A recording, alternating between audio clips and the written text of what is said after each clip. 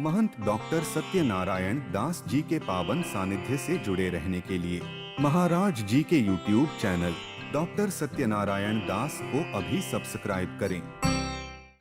एक बार महाराज युधिष्ठिर भगवान द्वारिकाधीश से कहते हैं कि महाराज मैं राजसूय यज्ञ करना चाहता हूं। कहा राजसूय यज्ञ करना चाहते हो, जब तक जरासंध जीवित है तो आप राजसूय यज्ञ नहीं कर सकते हो।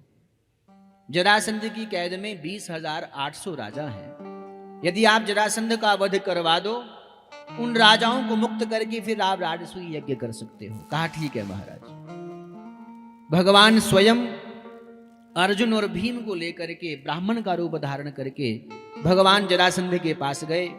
जरासंध का नियम था प्रातः काल ब्राह्मणों को दान करता था। भगवान जब आए तो भगवान को कहा बताइए क्या चाहते हैं, क्या दान दूं आपको।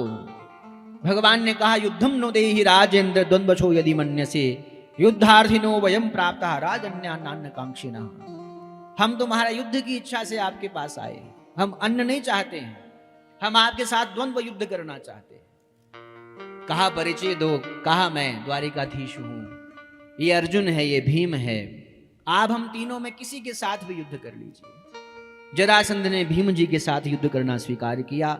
28 दिनों तक मल्ल युद्ध चलता रहा महाराज। 28वें दिन भगवान ने इशारा किया और महाराज जिस प्रकार एक हाथी पेड़ की किसी टहनी को पकड़ करके चीर करके फेंक देता है, उसी प्रकार जरासंध को 2 भागों में चीर करके फाड़ करके फेंक दिया श्री भीम जी महाराज जी ने।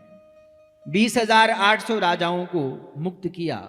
सभी ने भगवान द्वारिकाधीश की खूब स्तुति गाई। कृष्णाय वासुदेवाय हरये परमात्मने प्रणत क्लेश नाशाय गोविंदाय नमो नमः।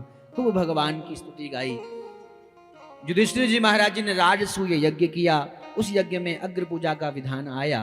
भगवान द्वारिकाधीश की अग्र पूजा हुई। शाल्व का उद्धार किया।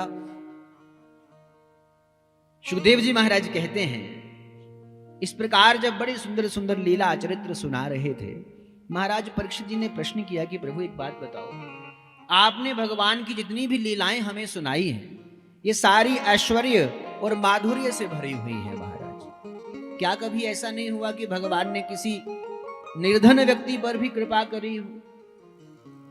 दशम स्कंध के 80वें अध्याय में सुखदेव जी महाराज जी को ध्यान आया श्री दामा जी महाराज जी का चरित्र। श्री दामा जी महाराज जी का चरित्र दशम स्कंध के 80वें अध्याय में श्री सुखदेव जी महाराज सुनाते हैं। कहा राजन तुमने बड़ा सुंदर प्रश्न किया है। भगवान तो कहते हैं कि मुझे मानो, कुछ भी मान लो, माता पिता पुत्र बंधु बांधव सखा मित्र कुछ भी मानो। भगवान तो चाहते हैं कि आप हमें मानो महाराज।